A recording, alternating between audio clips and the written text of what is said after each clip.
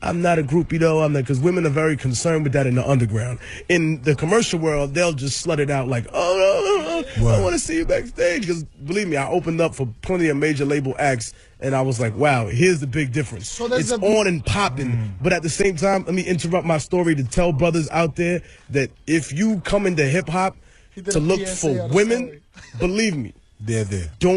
But you doing it the wrong way. Hip hop is the wrong place for that. If you looking for women, start singing salsa, start singing merengue, because there are so many mommies there, and it is ridiculous. Like when you go to PR or something, or you in DR and you see them type of shows, there's no comparison to anything in hip hop to that.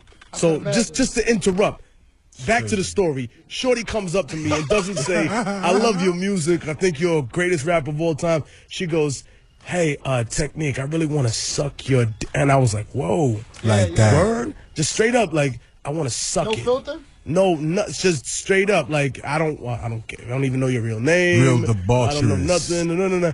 And, maybe like 10 years ago, when I just did you take her up on the offer? When I was 20 years old, maybe like I really would have been like, all right, this is just no one's gonna know but me.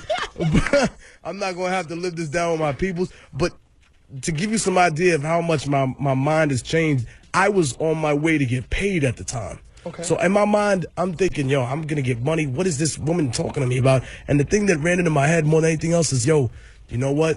Shorty's father is a failure, Like that really was popped into my head. Like, it's one thing to be, whatever. And then I actually had a conversation while I was on my way to get paid, because she kept following me, and she told me, my father's like a rich cat. Like he's never home. I think he be cheating on my moms. I hardly ever get to see him, but now and then.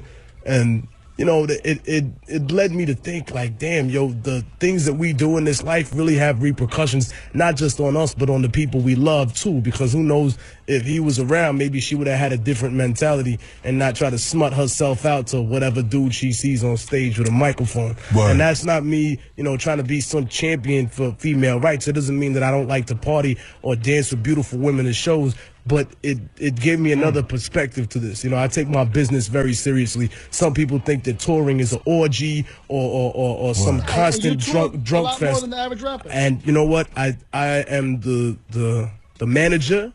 I am the road manager.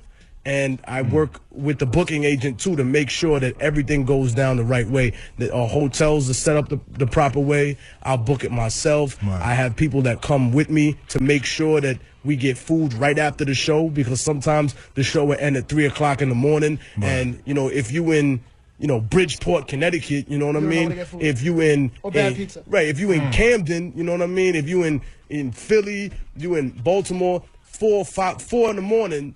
someone's got to go get food while we on stage. Responsibilities have to be delegated. It's a business. You know what I mean? You can't take advantage of fans and supporters and then not expect that to have some sort of repercussion on your business. And I've always been of a serious mind to that. Some people in my clique accuse me of being too serious, but I show them the rate of success that I've had as proof that my way works. Now you go into tidbit detail from the groupie in the bottom of the area to the lighting on the show. You know what I mean? 7 years ago, you wouldn't have been too knowledgeable on maybe I should get with this chick. You know what I mean? Like, it's just a quick pop off to you know what, that light is not important. What have you gone through in those 7 years that made you feel like, you know what, maybe I should start paying attention to these things a little bit more? I mean, you know what it is? It ain't what I went through so much as what I have seen people fail doing, because I've learned from my failures and I've learned from other people's failures too. Like, I came into this hip hop with so many other colleagues in the underground, right? And I'm blessed to be successful. And there are people around me that are successful too in the underground. But I saw a lot of mistakes that people were making at the time.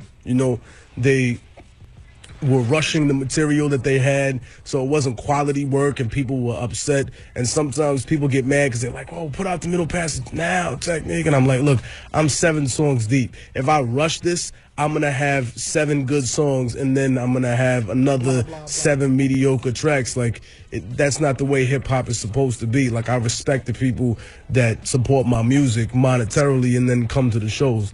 I'm gonna put together a real murderous album, and then I'm working on a movie at the same time. So I have a whole plethora of things to do that I can't just sit and rush like that. It takes a lot of time and energy for me to put forth work of that caliber.